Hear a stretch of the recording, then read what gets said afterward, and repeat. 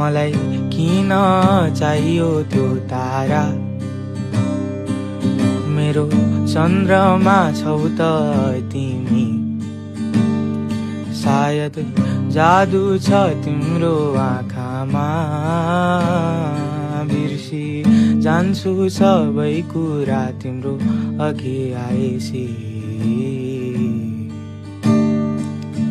ती आँखा रसाउँदा मेरै छेउमा बसन, हात थामी तिम्रा मनका कुरा जति भनन।